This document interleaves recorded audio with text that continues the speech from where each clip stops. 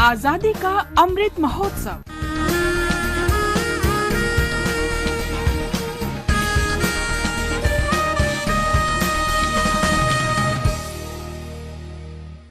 आजादी का सफर आकाशवाणी समाचार के संग भारत का शानदार स्वाधीनता संघर्ष आधुनिक विश्व के महानतम संघर्षों में से एक है। हम आकाशवाणी से रोजाना ला रहे हैं इस शानदार संघर्ष की झलक।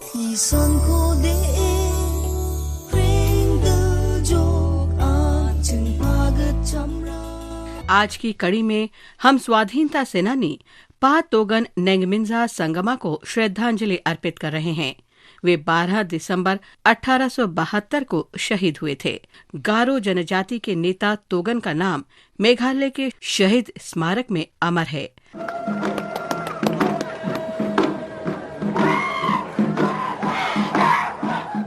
1862 में अंग्रेज मेघालय की गारो पहाड़ियों की तरफ बढ़ने लगे तो उन्हें स्थानीय जनजातियों के विरोध का सामना करना पड़ा।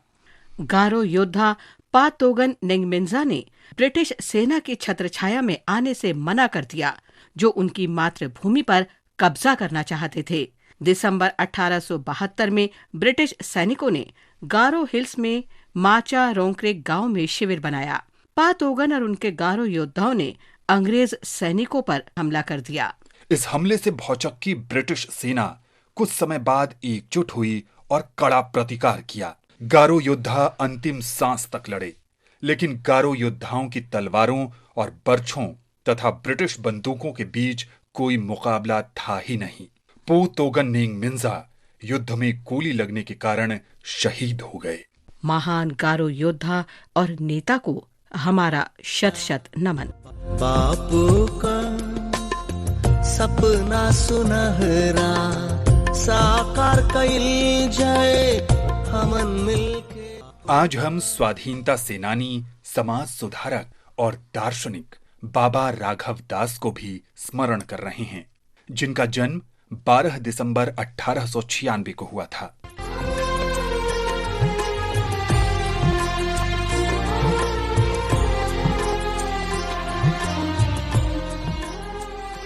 उन्नीस 1921 में महात्मा गांधी गोरखपुर आए, तब बाबा राघव दास ने उनसे मुलाकात की और स्वतंत्रता के लिए उनके कार्यों और गरीबों और वंचित वर्गों के लोगों की सेवा से बहुत प्रभावित हुए।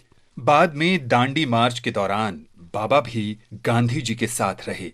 स्वतंत्रता आंदोलन के दौरान बाबा राघव दास को कई बार जेल जाना पड़ा। सबसे पहले 1921 में उन्हें कारावास हुई।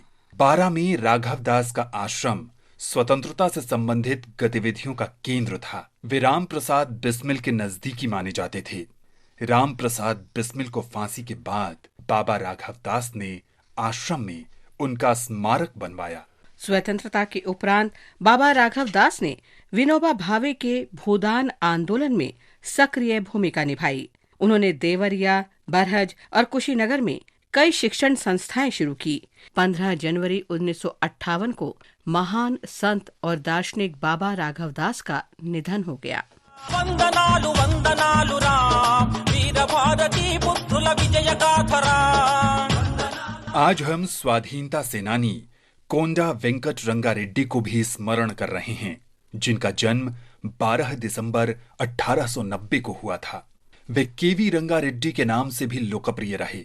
उन्होंने हैदराबाद में निजाम के रजाकारों से भी लड़ाई लड़ी।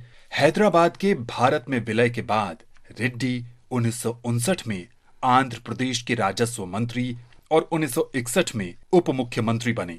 उन्होंने तेलंगाना आंदोलन में भी भाग लिया और उनके सम्मान में तेलंगाना में एक जिले का नाम रखा गया।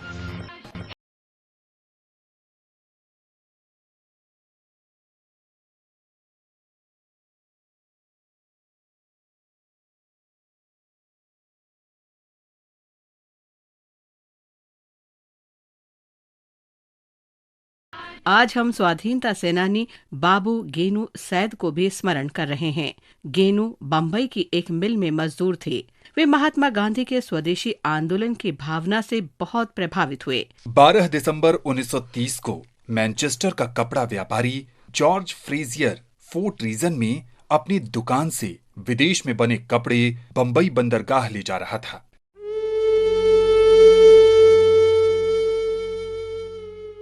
कलभा देवी रोड पर भांगवाड़ी के निकट बाबू गेनू ट्रक के सामने खड़े हो गए और महात्मा गांधी के सम्मान में नारे लगाने लगे। पुलिस अधिकारी ने ट्रक चालक को आदेश दिया कि ट्रक बाबू गेनू पर चढ़ा दिया जाए, लेकिन ट्रक चालक भारतीय था और उसने गाड़ी आगे बढ़ाने से मना कर दिया। उसके बाद ब्रिटिश पुलिस अधिकारी खुद ट्रक चलाने लगा और बाबू गेनू पर ट्रक चढ़ा दिया। ट्रक से कुचलने पर बाबू गेनू की मृत्यु हो गई। इससे पूरे बंबई में लोगों का गुस्सा फूट पड़ा। हड़ताल हुई और विरोध प्रदर्शन भी हुए। शहीद बाबू गेनू को शत शत नमन।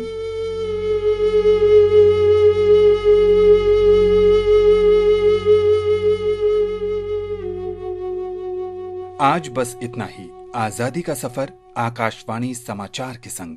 कल फिर मिलेंगे एक नई कड़ी के साथ।